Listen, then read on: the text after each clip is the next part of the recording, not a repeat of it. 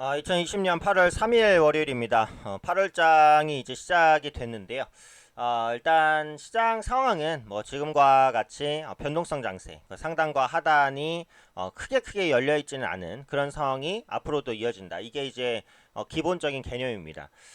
일단 결국은 지금 미증시와 연동성이 크다고 볼 수 있을 것 같아요. 그래서 미국 증시가 이제 하락하는지 상승하는지, 그리고 장이 열릴 때는 나스닥 선물이 상승하는지 하락하는지, 이런 부분에 따라서 시장이 계속해서 영향을 받습니다. 그래서 그런 부분들이 앞으로도 계속해서 이어질 것 같아요. 근데 일단 지난 주말 같은 경우에는 미증시가 괜찮았죠. 그래서 3대 지수가 비교적 이제 좀 선방을 해주는. 근데 중요한 것은 항상 이제 나스닥입니다. 나스닥. 다우, S&P 500, 나스닥 중에 가장 중요한 게 뭐냐라고 했을 때는 우리 증시에 가장 크게 영향을 미치는 것은 나스닥이에요. 나스닥이 일단 1%대 강세를 보였죠. 다우지수 같은 경우 0.44%, S&P 500 0.7%대 나스닥은 특히 1.49%의 강세를 일단 보였습니다. 나스닥이 강세를 보였던 가장 큰 원동력은 애플이 작용했다고 볼 수 있죠. 애플이 10% 넘게 폭등을 했습니다. 세계 시가총액 기준 1위에 등극했다라는 거죠. 실적이 이제 좋았어요. 그죠?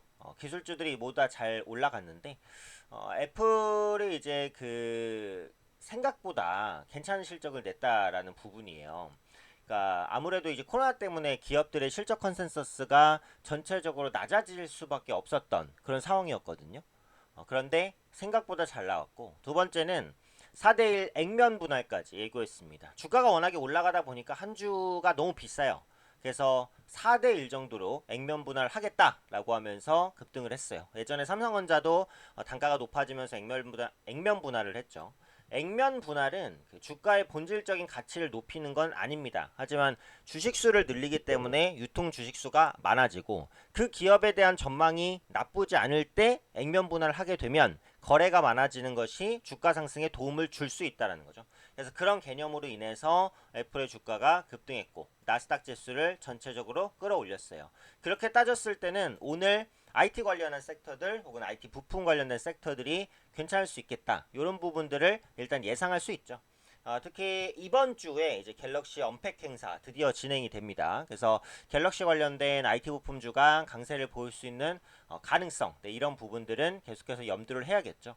그 미국의 6월 소비 지표도 좋았습니다. 5.6% 정도 개선되는 모습이었어요. 그래서 이런 부분들이 일단 시장에 영향을 미쳤고, 한 가지 변수가 될 수 있는 게 뭐예요? 미중 갈등, 그죠?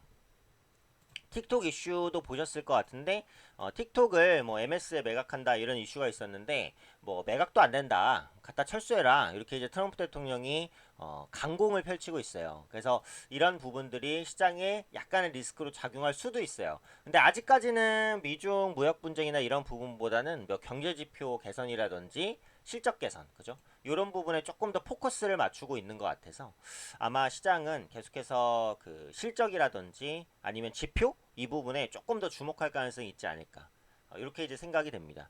일단 국내 증시를 한번 보면 코스피 지수 같은 경우 우상향인데, 최근에 삼성전자가 조금 흔들렸죠, 급등 이후에. 그래서 지수 자체로는 좀 재미없을 수도 있어요.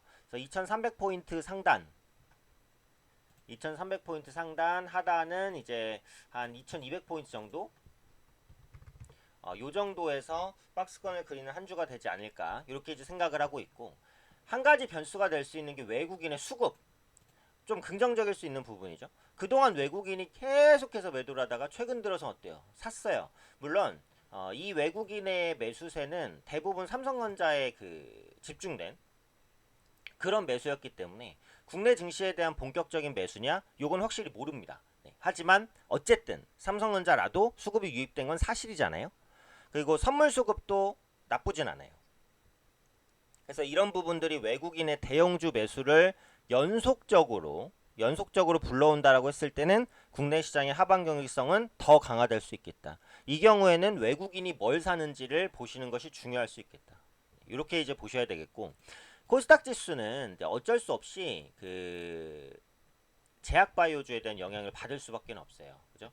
코로나19가 끝나지 않았기 때문에 제약바이오주의 특정 종목으로의 수급 쏠림은 아마 계속될 것 같습니다. 근데 주요 가늠자가 어쨌든 신풍제약이잖아요. 그래서 신풍제약의 주가 움직임을 또 잘 보시는 게 중요하다. 이렇게 이제 생각이 되고, 제약바이오 업종 내에서도 이제 급등락은 좀 심할 거예요. 그래서 높은 종목을 따라가지 마시고 저점에서 돌리는 그런 종목군들을 꾸준하게 좀 체크를 하셔야 되지 않을까. 이렇게 이제 판단이 됩니다.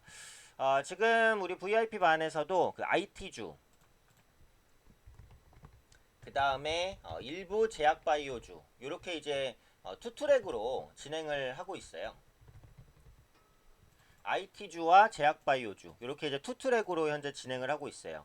그래서 현재 시장에서는 그 섹터를 잘 잡아야지 수익을 낼 수 있거든요.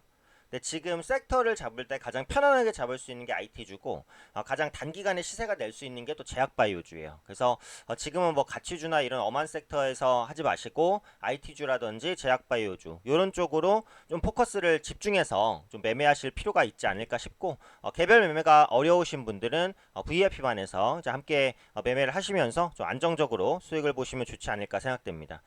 자, 이번 한 주도 화이팅 하시고요. 저도 열심히 한번 달려가도록 하겠습니다.